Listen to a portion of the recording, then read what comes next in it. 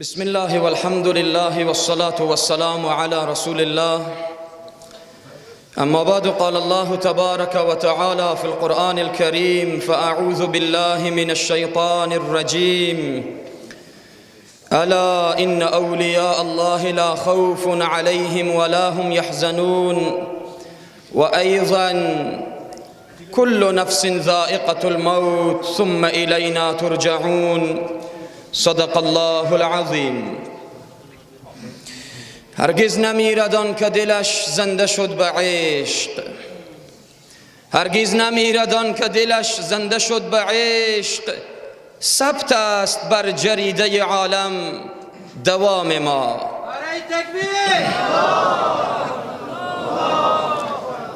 خدمت همگی شما حاضرین گرامی، علمای بزرگوار، مشایخ کرام، مسئولین گرامی و گرانقدر، السلام علیکم و رحمت الله و برکاته.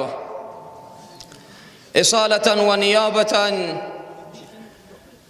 رحلت ملکوتی و جانگداز شخصیت علمی، شخصیت عرفانی، شخصیت ادبی، شخصیت اجتماعی، شخصیت دلسوز و مهربان و مبارز و مجاهد را مرحوم حضرت مولانا نجیبی کروخی رحمت الله علیه این مصیبت بزرگ را برای تمام ملت هرات تسلیت عرض نموده، از بارگاه خالق یکتا می خواهیم که روح این استاد مهربان ما را شاد داشته باشد و پیشا پیش دعا می کنیم که الله قبرشان را باغچه از باغچه های جنت بگرداند. الله منان روحشان را با ارواح مفسرین و محدثین و اولیای خیش یکجا داشته باشد و الله برای همگی ما و شما، خصوصا فامیل محترم استاد مرحوم، صبر جمیل و مزد جزیل را عنایت بفرماید. صحبت هایی که لازم و ضرور بود، اوصافی که لازم و ضرور بود که باید بیان بشود و بدون مبالغه در شأن مولانای مرحوم ما و شما بیان شد، طوری که تذکر داده شد.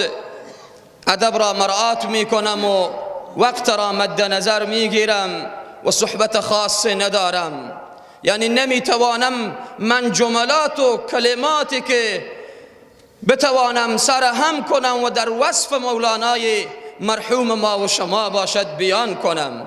همین قدر میگویم که ای مردم ولسوالی کروخ، از سر امشب وقتی میخواهید بخوابید اذکار مسنونه را خوب با دقت بخوانید و خود را به الله بسپارید که از این بعد دعاگوی بزرگ را شما از دست دادید.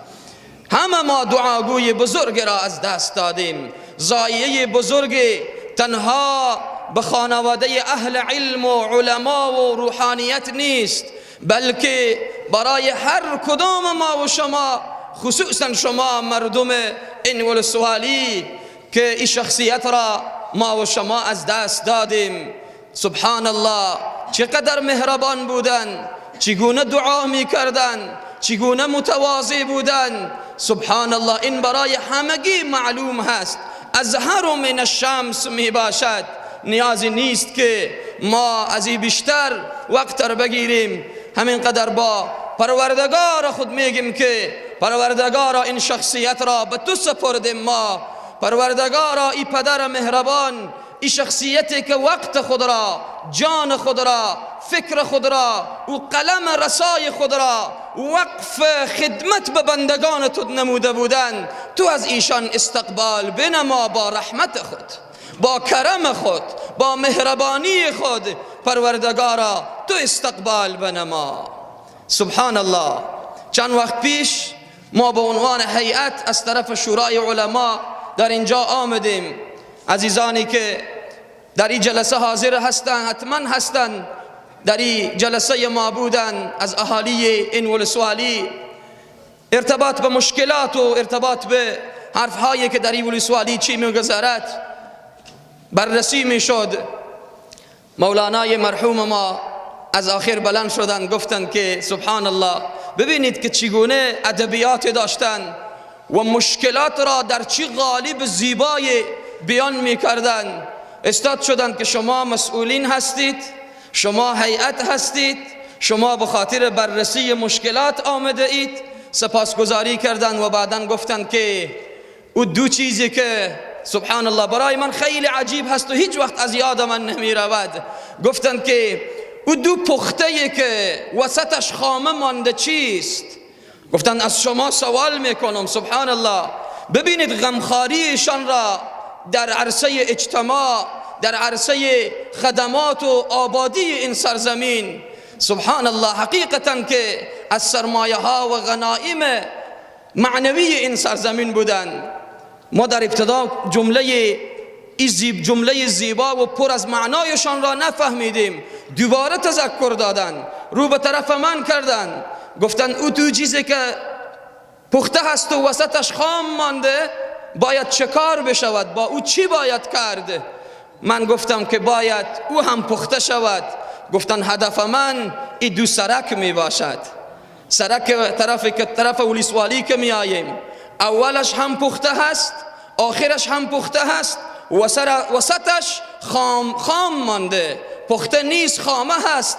گفتن که به فکر آبادی این باشید که مردم با این مشکل دست و پنجه نرم میکنن. یعنی به فکر این ملت بودن، قلمشان چقدر رسا بود، فکرشان چقدر عالی بود. سبحان الله. من حرفا خور با دو نکته خلاصه میکنم. مولانا نجیبی کروخی رحمت الله علیه تنین صدای عارفانه، تنین صدای عارفانه، قدرت بیان خالصانه، دارنده تقوای عاشقانه، در سیما و گفتار این مرد بزرگ موج میزد و خاطرات زیبایشان فراموش نخواهد شد. یک بار دیگر این مصیبت بزرگ را برای خود و برای همگی شما تسلیت عرض میکنم. الله منان برای اولادهایشان، برای نواسه های بیدار و زیبا و هوشیار و دانشمندشان توفیق بدهد که خلف نیک باشند برای مولانای مرحوم که ان شاء الله تعالی هستند. السلام علیکم و رحمت الله و برکاته.